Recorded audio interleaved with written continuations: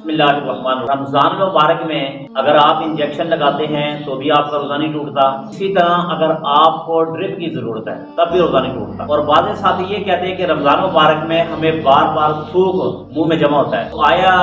یہ اندر نگلنے سے روزہ ٹوٹتا ہے یا نہیں ٹوٹتا؟ اس سے بھی روزہ نہیں ٹوٹتا۔ باہر کیف اگر رمضان مبارک میں ایسا کوئی مسئلہ آ جائے جس کی بنا پر آپ کے دل میں شک ہو کہ میرا روزہ ٹوٹا ہے یا نہیں ٹوٹا، یا آپ کو کوئی بتلاتا ہے کہ آپ کا روزہ اس وجہ سے ٹوٹ گیا، تو آپ خود مفتی بن کر روزہ نہ توڑیں، نہ کسی کی بات سنیں، کسی جید عالم دین سے مسئلہ پوچھ لیا کریں، کیونکہ رمضان مبارک کی یہ بابرکت گھڑیاں دوبارہ نصیب نہیں ہوتی، اور رمضان مبارک اتنا کچا بھی نہیں کہ آپ کی معمولی خون نکلنے سے یا تھوک نکلنے سے روزہ ٹوٹ جائے گا۔ کیونکہ احتیاط اسی میں ہے کہ مسائل پوچھ کر زندگی گزارنی چاہیے، کیونکہ ہر آدمی عالم دین نہیں ہوتا اور ہر آدمی مسائل سے واقف نہیں ہوتا، لہذا احتیاط کی ضرورت ہے۔